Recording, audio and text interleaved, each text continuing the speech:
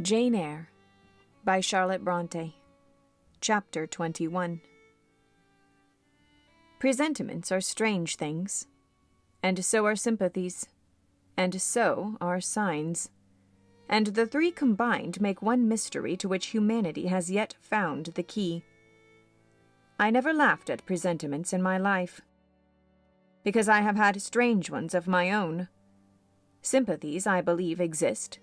For instance, between far distant, long absent, wholly estranged relatives, asserting, notwithstanding their alienation, the unity of the source to which each traces his origin, whose workings baffle mortal comprehension, and signs, for aught we know, may be but the sympathies of nature with man.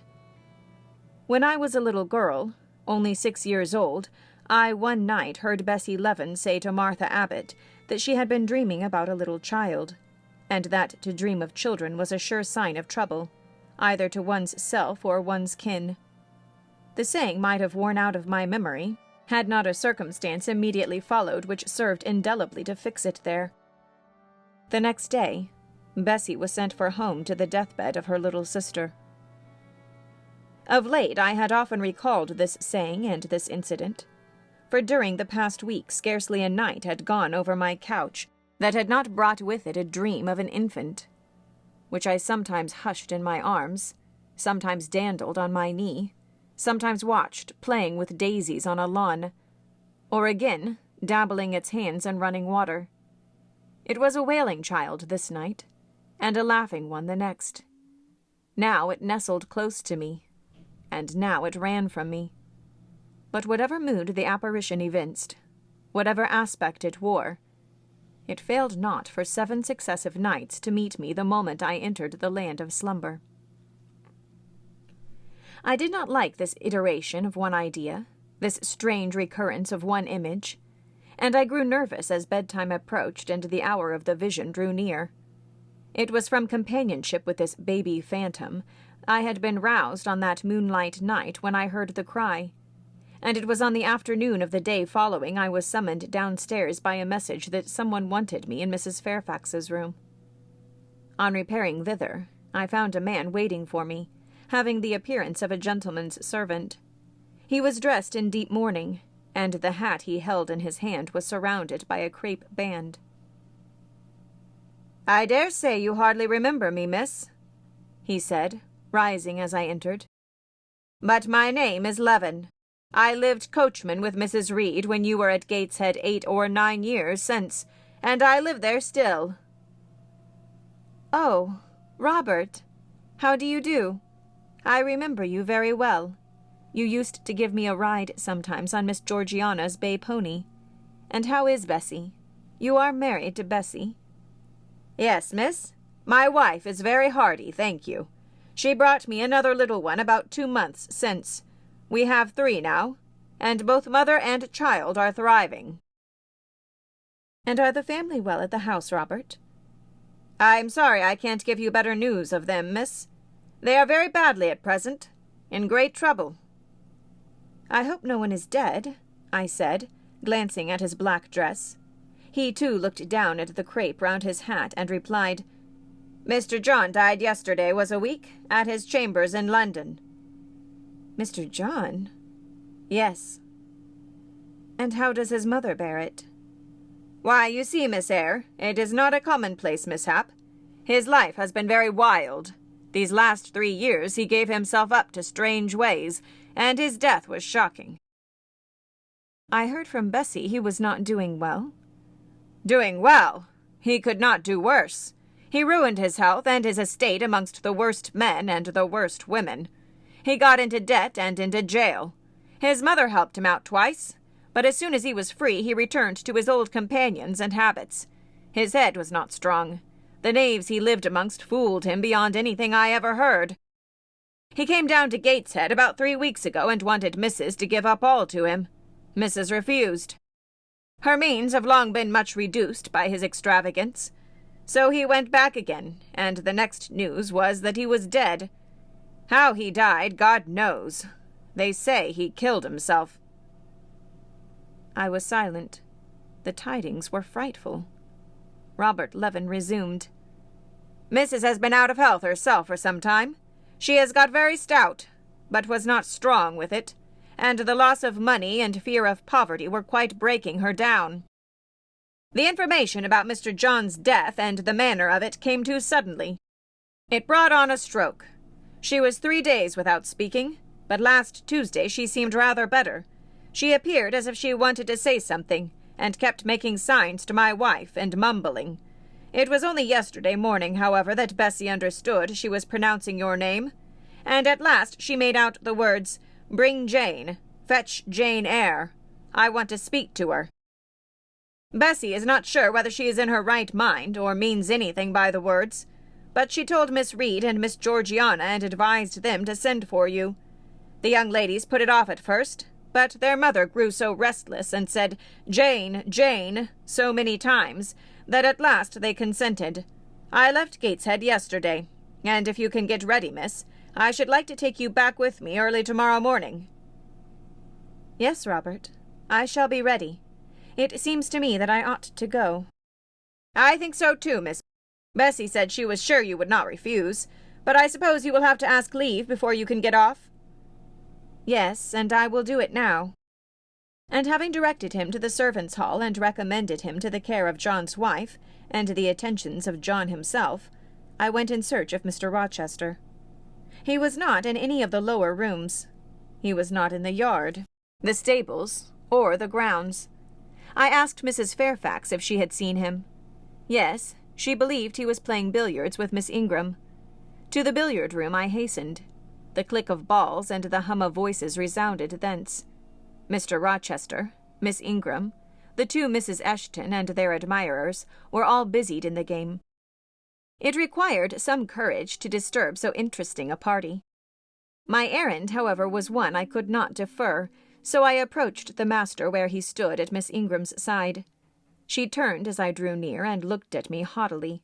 Her eyes seemed to demand, "What can the creeping creature want now?"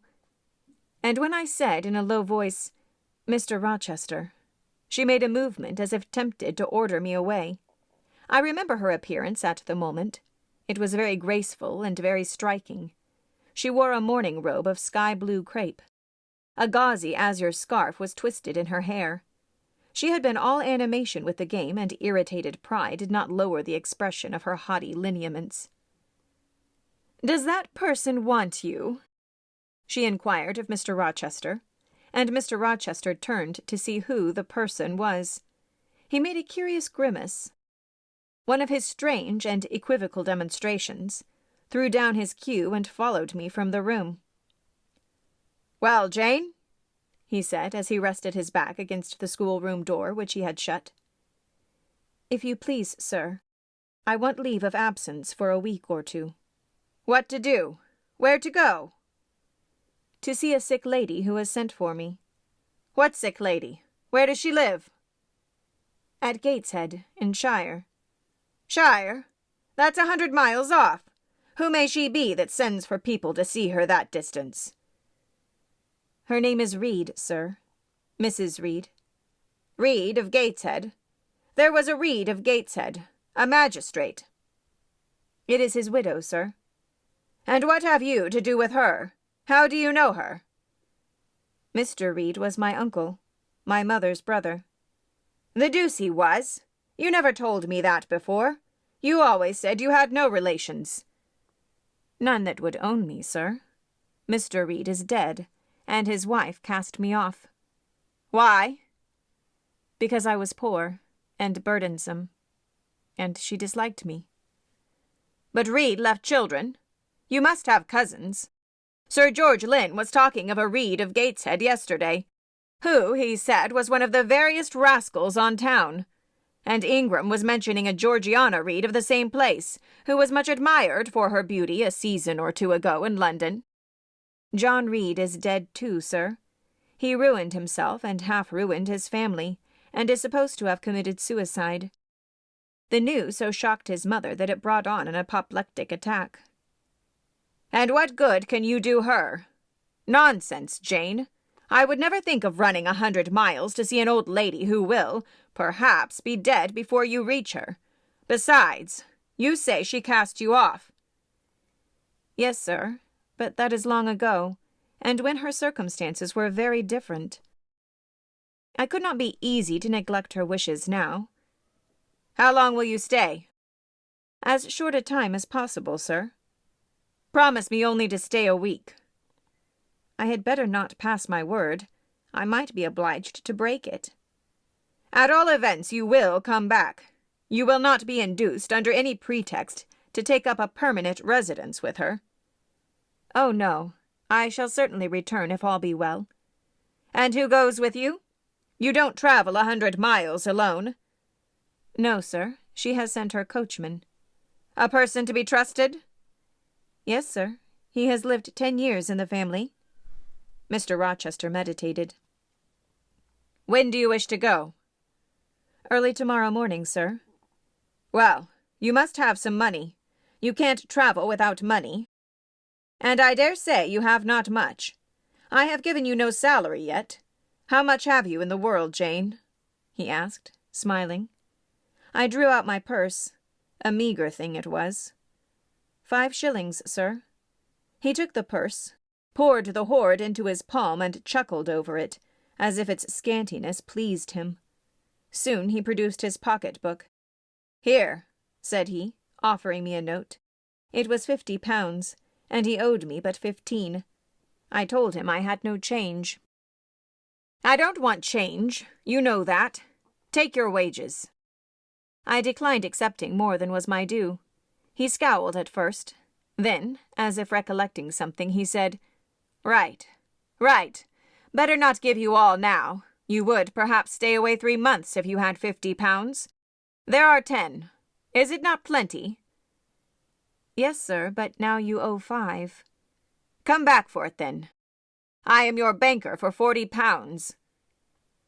"Mr. Rochester, I may as well mention another matter of business to you while I have the opportunity." "Matter of business? I'm curious to hear it." "You have as good as informed me, sir, that you are going shortly to be married." "Yes. What then?" "In that case, sir, Adele ought to go to school. I am sure you will perceive the necessity of it." "To get her out of my bride's way, who might otherwise walk over her rather too emphatically. There's sense in the suggestion. Not a doubt of it. Adele, as you say, must go to school. And you, of course, must march straight to the devil?" "I hope not, sir. But I must seek another situation somewhere." "In course," he exclaimed, with a twang of voice and a distortion of features equally fantastic and ludicrous. He looked at me some minutes. "And old Madam Reed, or the misses, her daughters, will be solicited by you to seek a place, I suppose?" "No, sir. I am not on such terms with my relatives as would justify me in asking favors of them. But I shall advertise." "You shall walk up the pyramids of Egypt," he growled. "At your peril you advertise. I wish I had only offered you a sovereign instead of £10. Give me back £9, Jane. I've a use for it." "And so have I, sir," I returned, putting my hands and my purse behind me. I could not spare the money on any account. "Little niggard," said he, "refusing me a pecuniary request. Give me £5, Jane." "Not 5 shillings, sir, nor 5 pence. "Just let me look at the cash." "No, sir. You are not to be trusted." "Jane." "Sir?" "Promise me one thing." "I'll promise you anything, sir, that I think I am likely to perform." "Not to advertise, and to trust this quest of a situation to me. I'll find you one in time."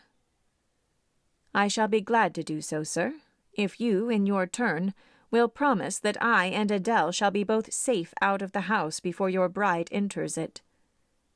"Very well. Very well. I'll pledge my word on it. You go tomorrow, then?" "Yes, sir, early." "Shall you come down to the drawing-room after dinner?" "No, sir. I must prepare for the journey." "Then you and I must bid good-bye for a little while." "I suppose so, sir." And how do people perform that ceremony of parting, Jane? Teach me. I'm not quite up to it. They say farewell, or any other form they prefer. Then say it. Farewell, Mr. Rochester, for the present. What must I say? The same, if you like, sir. Farewell, Miss Eyre, for the present. Is that all? Yes. It seems stingy to my notions, and dry, and unfriendly. I should like something else, a little addition to the rite.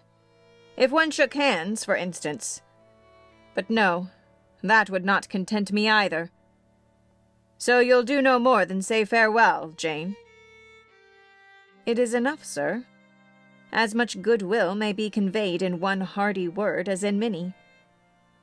Very likely, but it is blank and cool. Farewell. How long is he going to stand with his back against that door? I asked myself. I want to commence my packing.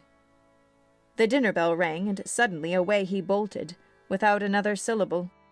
I saw him no more during the day, and was off before he had risen in the morning.